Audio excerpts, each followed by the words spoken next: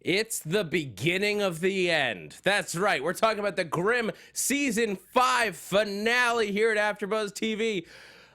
What? There was devastation, you guys. Devastation across all types of relationships, characters. There's so much to talk about. Let's get started.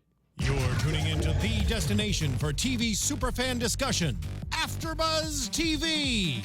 And now, let the buzz begin. Welcome back, Grimsters, to AFTERBUZZ TV's Grimm After Show. We're here to talk about the devastating season finale. I'm your host, Zach Wilson. You can find me throughout the week, throughout the show. That's Zach Wilson. And I'm Tauri Miller. You can find me at Tauri J, T-A-U-R-I-J-A-Y. There is someone else here. I don't want to be here. Look at Pouty McPowderson. I don't want to be here. I hate you. I'm sorry that I'm laughing at pain, but maybe it's You're a jerk. You guys are both jerks. Yael's curled up with what I can only imagine is a hippo-type Vesson of some kind. No, so it's just a probably hippo. a child. It's just a hippo. Ew. You could dust fingerprints with all that powder she is.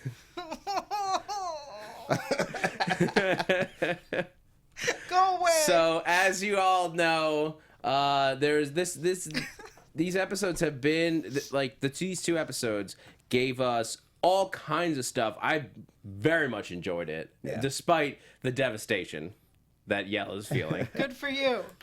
But these were great episodes. And before we dive into it, we got to start with the quote. Mm-hmm. I actually really like this quote. It is better to die on your feet than to live on your knees. See why I like this quote? Oh, I think it's wrong. Strong Come feet. on, Yael. That's a quote from Emilio Zapata.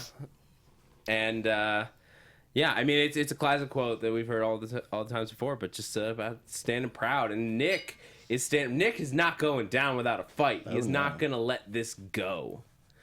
And nor should he. Yael, do you think you can manage to come up and talk with us? I don't want to. I'm going to make you. Fine. I hate you guys.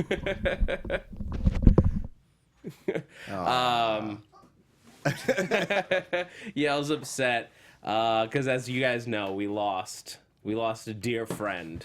Eve. So sad. I mean, maybe. We'll get to that later because we might have lost Eve. That is also a potential. But Martin Meisner, we had to say goodbye to today. We don't have to say goodbye to him. It is fantasy, although we saw a body. Yeah. Whatever. Stupid. The phrase "Meisner's dead" was like the most said quote in this episode. Yeah. I think every character was like, "Meisner's dead" at some point or another. Trouble was heartbroken. They all were. Everyone was pissed off. But Trouble really felt how I felt. He was her mentor. Hashtag Deisner. Shut up! Just rude. Oh. All right. So, but overall, what did you guys think of these episodes? I mean, it was great until a point, and then I got angry, and then I cried, and then it was crazy. Mm-hmm. I mean, it was crazy, right? Like, the episodes were ridiculous. Oh, yeah. It was off the walls. Yeah. Let's start with Hank getting kidnapped. Did you guys suspect that this was there was more to this, when they first took him in? I feel like when Hank was there and nothing was happening and they were like, he's coming, I was like, something's not right. And then when the rest of HW got there and they realized that there were only two people, at that moment I went, crap. Yeah. And then I knew it was time, and I knew they were going to do it. I mean, yeah, that was a big indicator. Like, I figured they were just trying to split them up at first. But people liked hashtag Deisner. They did not. I thought it was a very clever move. Like, I figured maybe they'd try to turn Hank in some way. Maybe that was the plan. But that fact that he was a distraction You go back and watch that scene where Meisner is basically divvying out who leaves and who stays, and you realize just how detrimental like him sending out his most powerful players really was. And at the time, and he definitely hesitated too. Meisner, when Nick's like, it's like, all right, I'm going in, but I'm taking Trouble and Eve, which is he's taking his friends. Yeah. I was shouting, Meisner, go with them. That's what I shouted. But he would still be alive. Sorry. He very well might have survived if he had gone with them. But he did not. Thank you. Thanks. But I liked this whole plotline. I love when we get to the North Precinct the first time. It's such a reversal from our Grimm-led precinct to then this entire police department is Vesson. I was wondering where they've been, right? They're Portland. They're a different part of Portland. Yeah. There are a lot of murders in Portland. They don't seem to do anything about them. That precinct is lazy. I actually felt like that explains why there are so many Vesson-related issues in Portland, because they basically know that there's a whole police department that will look the other way at what they're doing. So it's like saying, hey, we're the Amsterdam of Vesson crime. But then you have this Grimm who's putting it harsh on everybody's buzz. Fair enough. Who's the engineer also says #Deister. Screw you. You know what? Screw all. I have vulgar words coming. I mean, from there were so many Vesson running around in these episodes. It was we had everything from the Scallangex. We had obviously we had a Lowen. We had a Gahada Veal, a Shackle, a Hoonjager. I don't even care to make you say it again. I mean, the big one from this week is really easy for me to pronounce. The Zauberbeast is not hard to say. Whatever. Which one was the super bug-faced ones? Oh, that was what was that one called? I don't know. Give it a second. Grimmaniac in the chat will give it to us. Chat. What was the super bug-faced ones? Grimmaniac's already given us the hippo Vesson. My hippo's not a Vesson. But either way, there's a ton of different Vesson running around, and a lot of them are very official. And we see the true power that Black Claw has managed to gain in this city.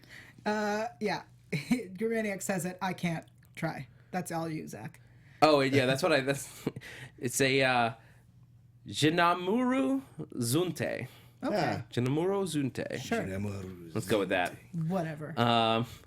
Christine, how come not many of the police were Bauerschwein?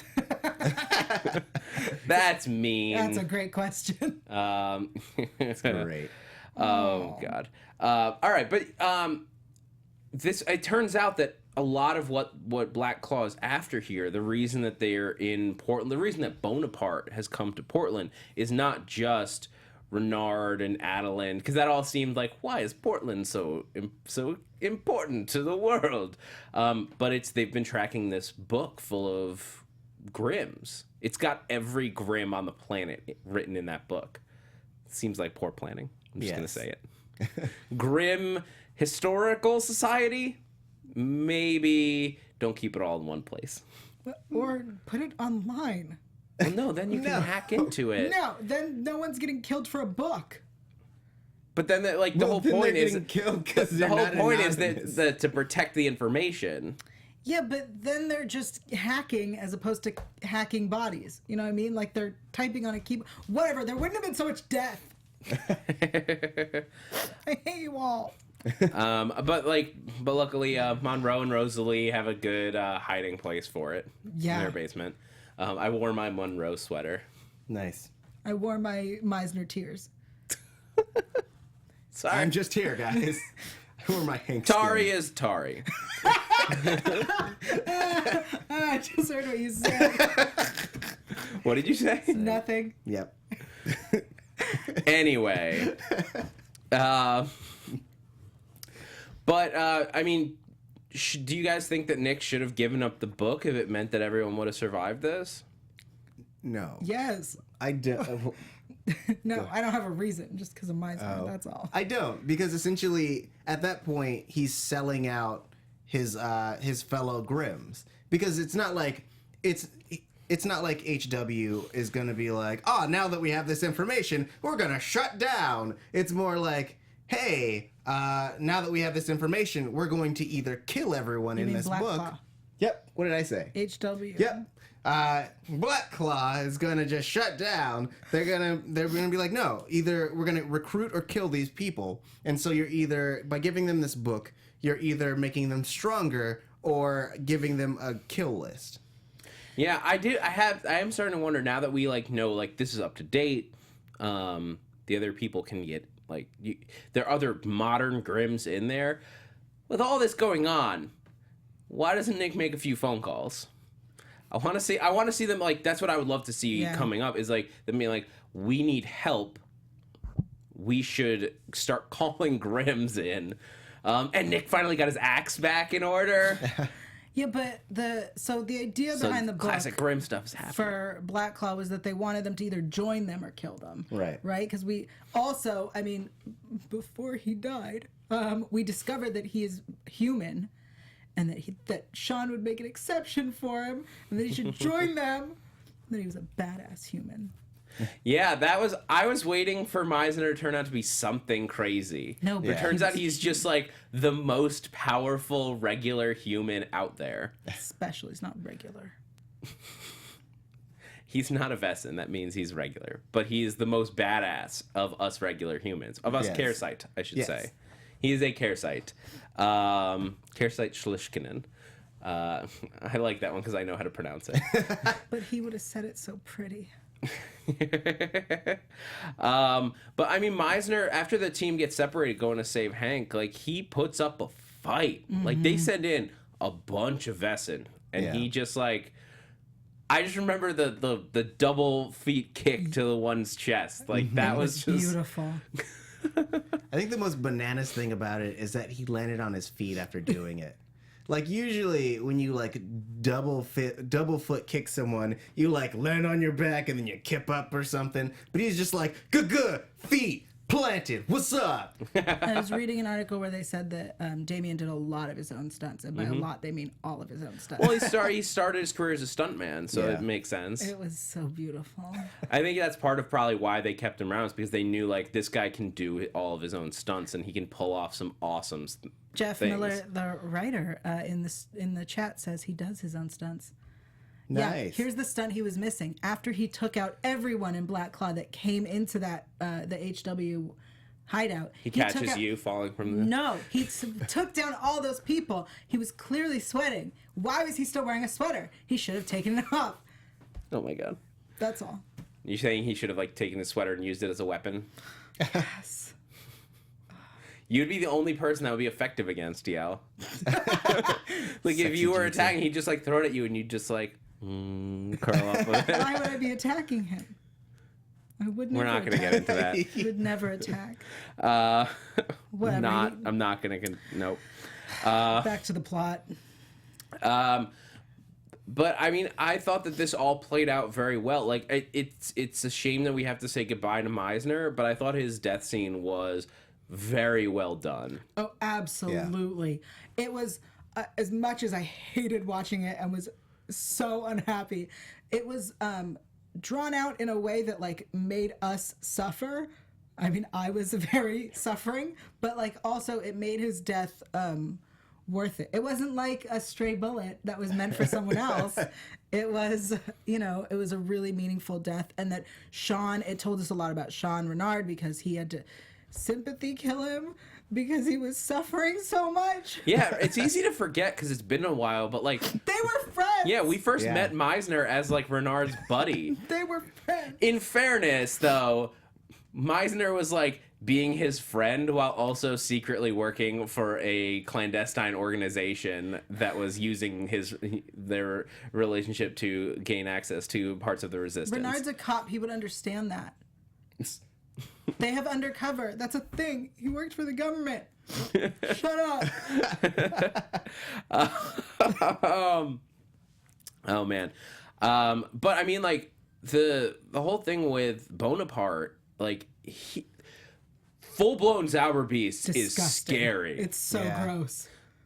It's really cool though. Yeah. Gross in like the coolest Well, way. yeah.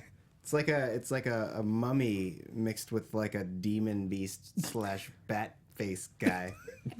It's a mix of things. Sure. I mean, because like the only like so far with the beasts, we've seen like obviously we've seen multiple hexen beasts that are full vogue, and they're scary in a different way. But this was just so much more demonic. Yeah. Like the jaw thing is the thing that always sticks out for me when I think of hexen beasts. But with Zauber beast, like his eyes just like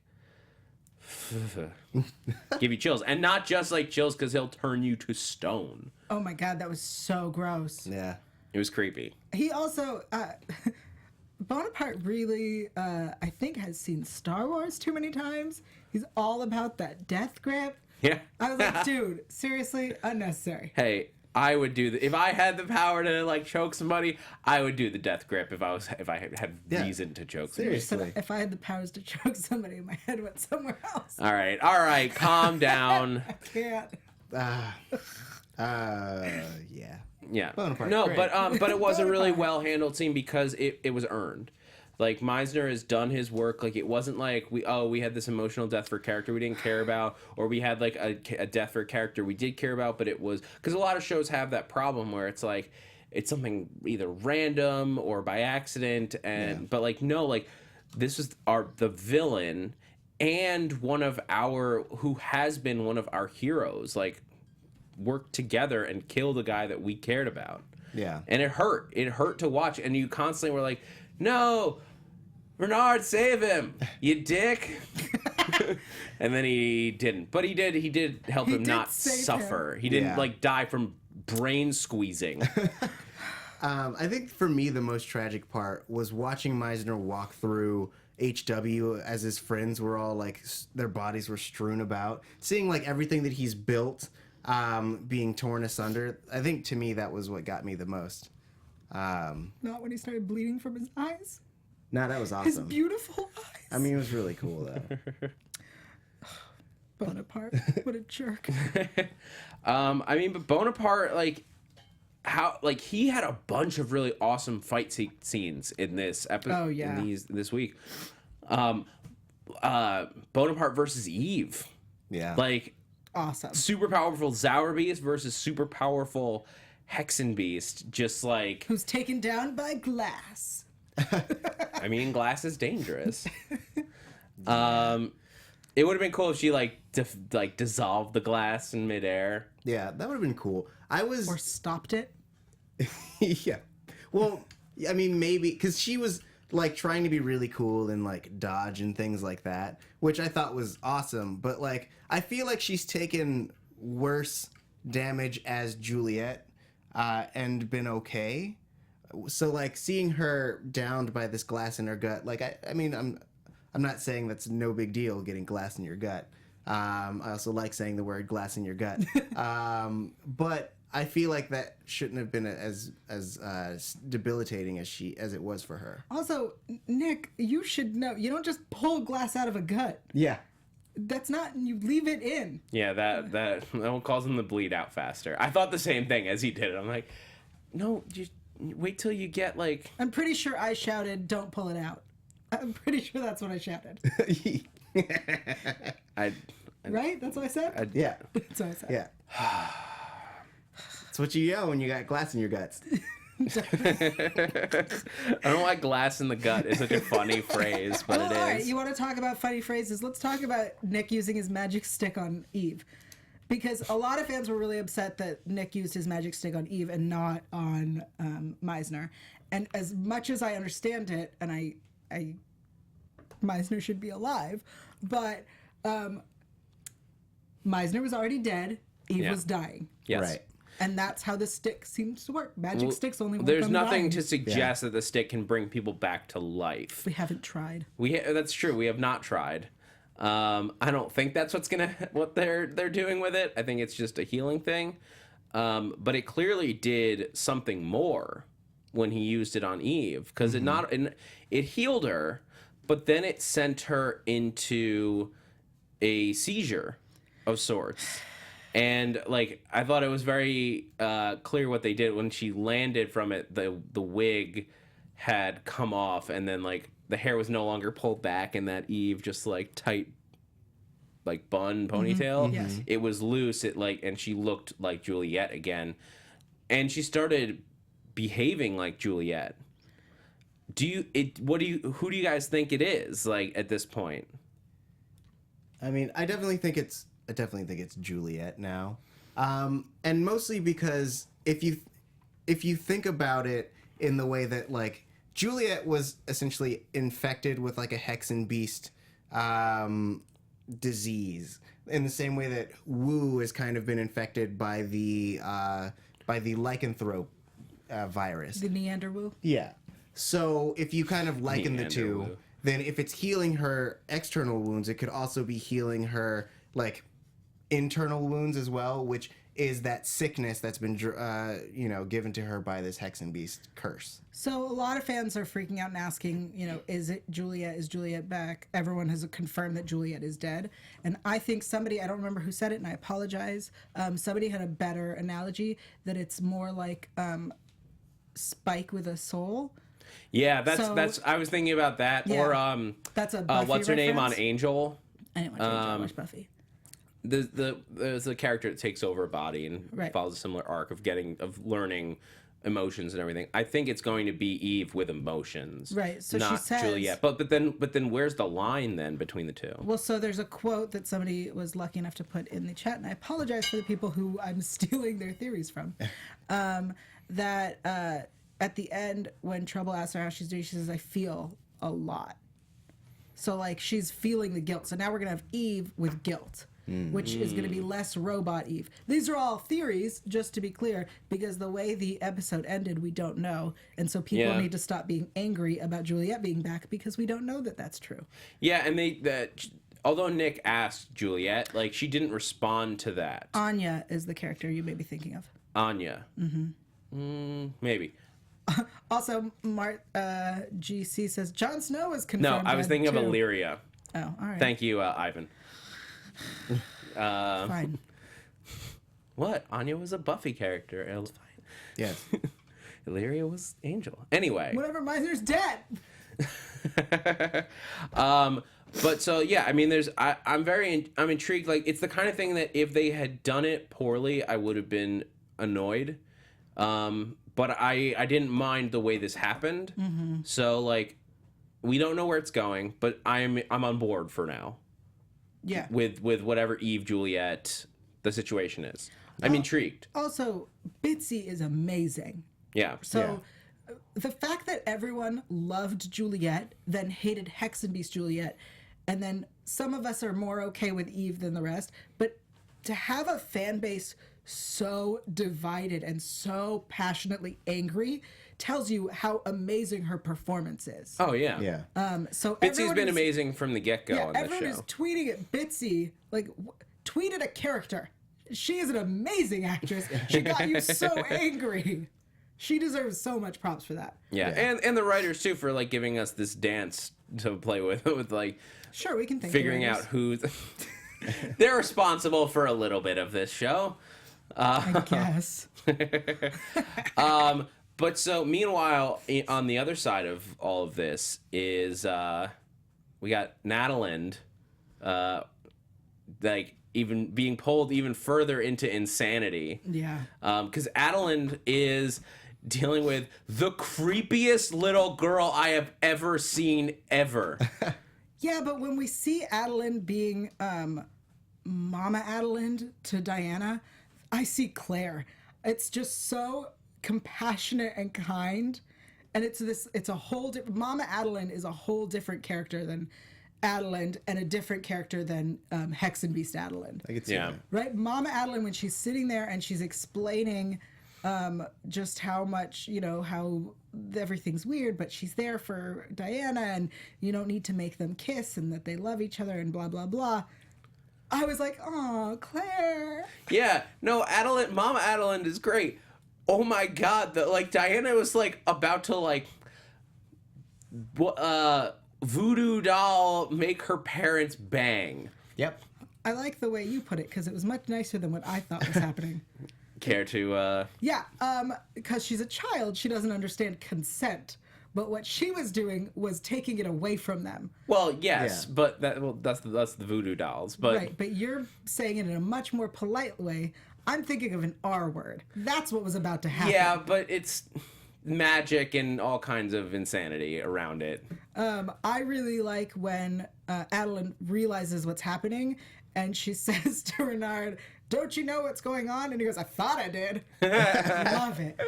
Yeah, I like 'Cause how he was- cocky. Oh no, go ahead. I was gonna say, I like how cocky he got in that moment where he's like, "Well, I am the new mayor."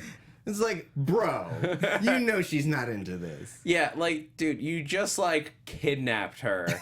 Like, threatened her children if she didn't come live with you and leave her current boyfriend. Like, dude, big time stalker status. But, yeah, I mean, because that's the thing, it's like, Renard is, like, totally into it. Yeah. So when she goes for it, he's not like, he didn't need the voodoo doll to make him do it. But Vanessa, I can imagine how that would be confusing. Vanessa in the chat says, creepy version of the Parent Trap. Absolutely. Grimm, That would be really funny. I'm curious if Jeff can give us some insight if the writers were intentionally making a Parent Trap reference. I don't think so. I would laugh if it was true, though. Let us know, Jeff. But I mean, I do like that Diana is now learning, like, she can use her powers, like, not to be evil, or she can use her powers to murder people by wrapping them and suffocating them in sheets. Oh, Yeah. I miss her. I miss Rachel. I liked Rachel. I thought Rachel was an interesting character that, Yeah. like, we didn't get to spend a lot of time with. But I thought that she was, like, for the time that we got with her, I think she did really cool, like, stuff to, like, not only to just drive the plot forward, but, like, I was intrigued, like, about her motivations, like, what she wanted. Like, she clearly liked Renard, but, like, she was more devoted to the cause than to Renard. So, like, yeah. I would have loved to have gotten more about her, like, backstory up until this point. Like, with a lot of Black Claw members. Yeah. It's like, what was it that drove them to this point? Yeah, I would agree.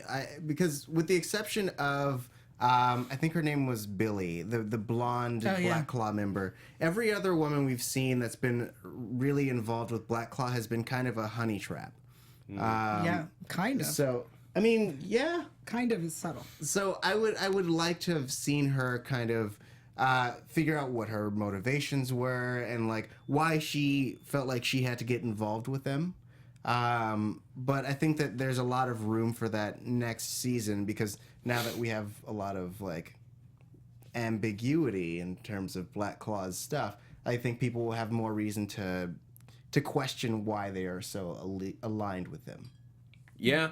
Well, especially, like, Bonaparte, like, we also said goodbye to him by the end of the episode, but, like, he was pulling some next level, like, crazy stuff, too. We talked about it briefly, but, like, the stone thing, when he gives Adeline this, like the ring. Which is, no one is sure of, and there's no confirmation that the ring itself is cursed. Yes. Right? So, like, his threat may have been a threat, but it may have also been the ring is cursed. Right. So people in the chat are discussing this. There's no confirmation. There are a lot of things that are not confirmed.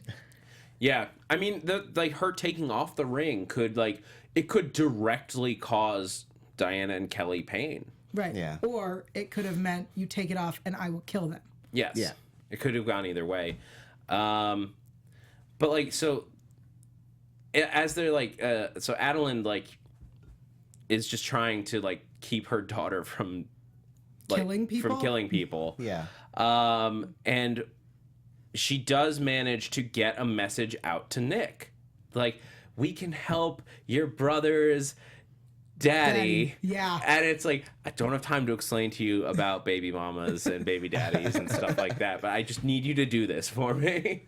Yeah. But she does, and she manages to warn them so that, like, when the base comes under siege, like, at least they're prepared for it. Well, I like the way she explained it to Nick was Daddy's friend hurt Mommy. And so she had to tell them the secret. I was like, oh, she gets it.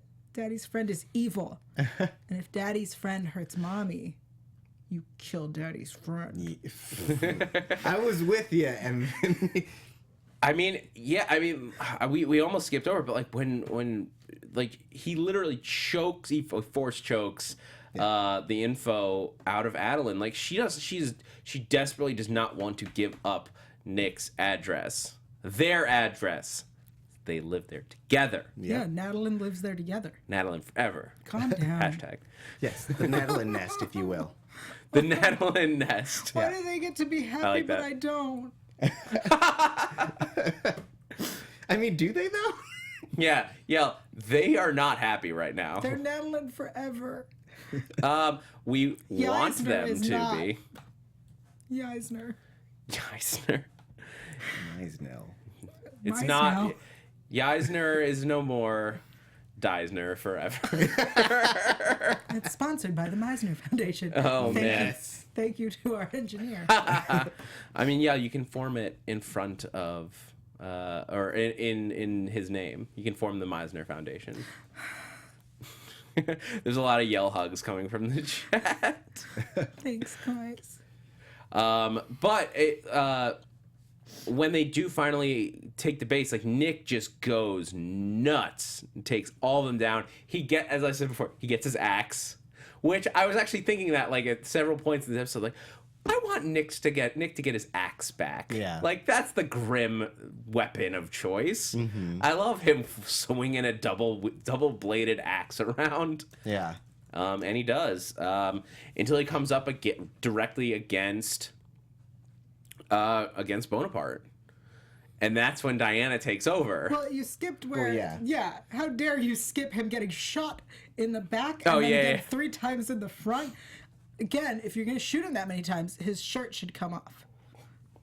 There was not enough shirtlessness. There was no need Really? for that. Wait, I mean, we got a half shirtless Renard when he was gonna R-word Adeline, and then we get to see just What, his you pecs. think you're just so hot I'm gonna jump you? So then we get to see just his pecs was after what he she sleeps said. Yeah. with Rachel.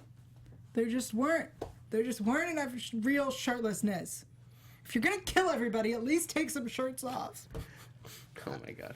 Yeah, there are plenty of episodes on DVD, Blu-ray, and on Hulu for you to get your shirtless scenes. But since we are jumping back a little bit, I do like that Nick goes into this battle with basically, like when we were watching, I described it, because he had the stick in his pocket, and I described it as having the star in Mario. Like he could fight forever and never actually really die. Yeah, I like Yeah. it. I mean, it's very well, here's the thing. If those bullets didn't go all the way through, he's going to need some serious surgery. You think because they healed up over the Well, bullets? if they didn't go out the back, like, yeah, there are that's bullets true. inside of him. It didn't Wolverine pop out. Yeah. Wolverine Meisner! It's like, there's nothing wrong with, like, this Archer line. There's nothing wrong with me. You, on the other hand, have a bullet inside of you. But for now, at least, Nick is okay. Yeah. Mr. Goku says, Zach, take your shirt off for Yael. Do it. Do No, it. it's not happening. Okay. Jeff Miller in the chat says, it's science. Multiple bullets disintegrate cotton. Yep. Anyway. All right, so he gets shot and he has this magic But he does stick this and thing. he Stick lives. just does his job, so he's fine. I'm curious. I want to see what the consequences are of the stick, because the stick, the cloth says it's a miracle, and it is. Oh, what was the word? That was on the It cloth. was like basically dangerous consequences. Yeah. Yeah. So I'm very curious to see what the consequences are, not just for Eve, but also for like Nick and Monroe. Like they've both been healed with it. And then Diana makes Renard kill Bonaparte. Like I said, Daddy's friend hurt Mommy. Yeah. Daddy's killing Daddy's friend. Yeah. Oh yeah. And that's our out. You skipped so much. We don't have a ton of time, like unfortunately. All right, well, Yeah. in the tunnel... What were there other? like Monrosalie's preggo, Yes. and everyone. Her having a baby is not making up for Meisner. Calm down. We have Wu's attack where he becomes Neander Wu, which was Yep. bomb, and then we got to see him control it. We have so now that Nick and Renard are the only two people left, from each organization, we have the new heads of Black Claw and HW. Potentially. Which means, because they're both smart, they can talk it out. Especially well, 'cause HW Renard- is a much larger organization. So is Black Claw. yeah. Is it? Well, I thought Bonaparte was the top brass. He was one of the founders. He's one of the founders, and he's like high as far as HW had known. And speaking of HW, I thought that HW, that was all they had in Portland because what's her face? Trouble said that like HW was wiped out. Did that mean that that they were completely wiped out, or is it actually like this big organization that they're going to have to step into the next season? I thought they said Portland HW was Yeah. wiped out. Oh, really? Like I'm pretty sure they specified that it was Portland HW. Which is not nearly as devastating because it means like how many others. If you've got a base in Portland, Right. you got Portland lots of other bases. HWHQ.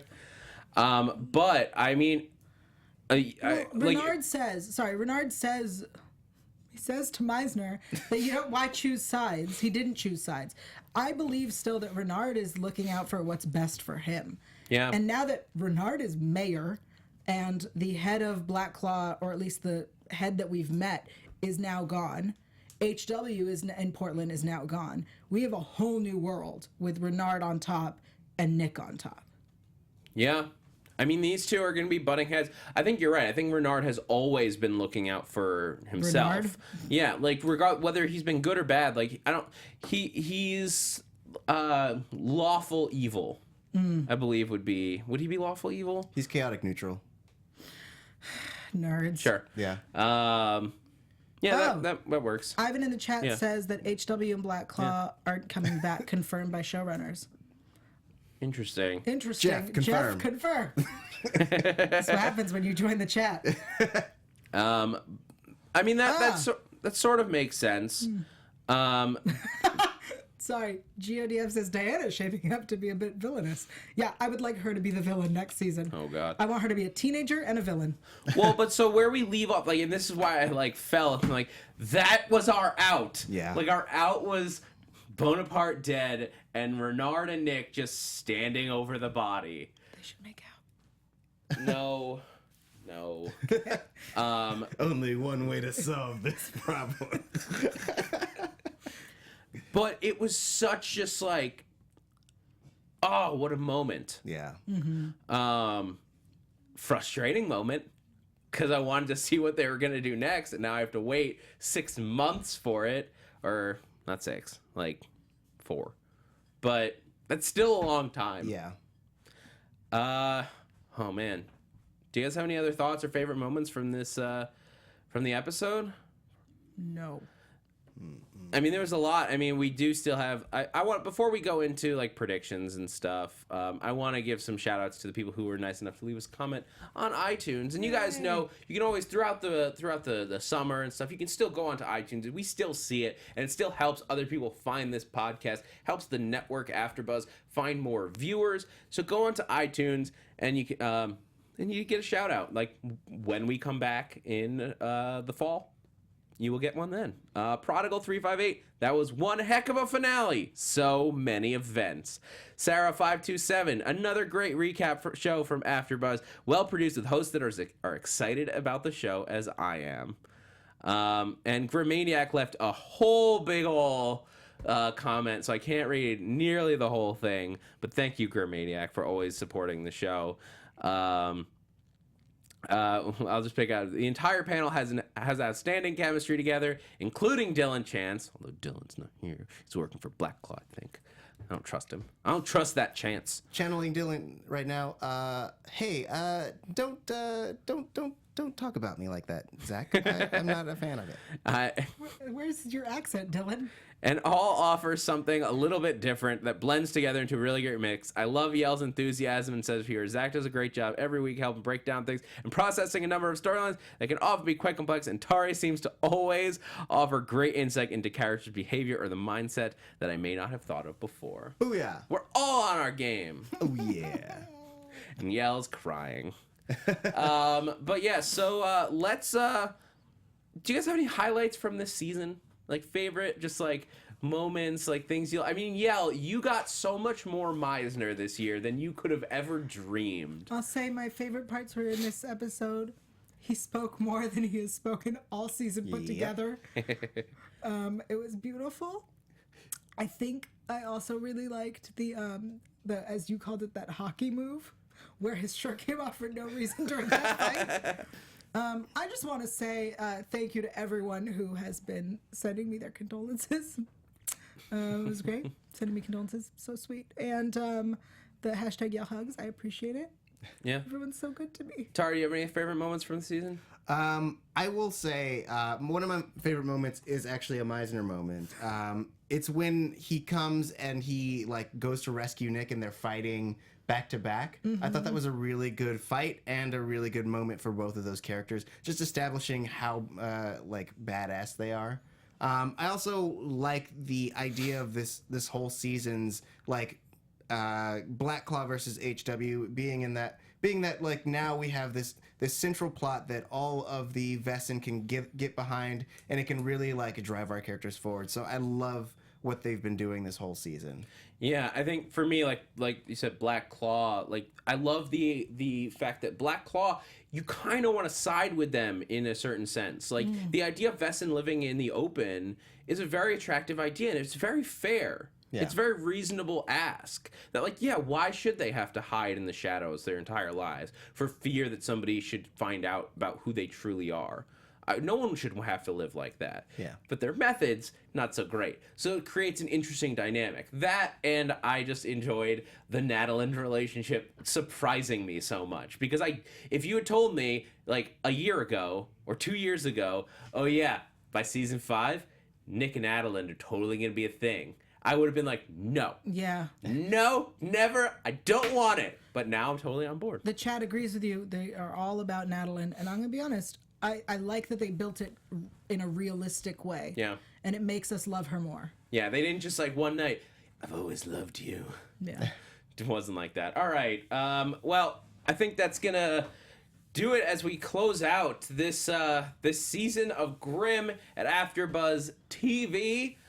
We've been predicting throughout the entire episode, so I think you've heard what we think is going to happen. So thank you guys so much for joining us all season. All 100 of you in the live chat, you are all beautiful people. Can't thank you enough for joining us. You make this show what it is, because it's so much fun for us to be able to talk about this show that, like, in seasons 1 and 2 and like half of 3, I didn't get to talk about with anybody. And then, like, I started the show with Yael back in mid-season 3, and then Dylan came on board, and then Tauri came on board, and all of a sudden I got to talk to all these people about Grimm, this show that, like, nobody I know watched until I found you guys. So from the bottom of my heart, thank you guys so much for joining us. If you want to keep up with me throughout the summer until the fall, you can find me on Twitter, Instagram, and YouTube at @ZachWilson, ThatZachWilson. I'm also on the Archer panel here at AfterBuzz, and over the summer, Yael and I are going to be talking about Killjoys season 2 when it comes back in July. And there's some other stuff that I can't quite announce yet, but if you stay tuned, it's going to be some really cool things coming down the line.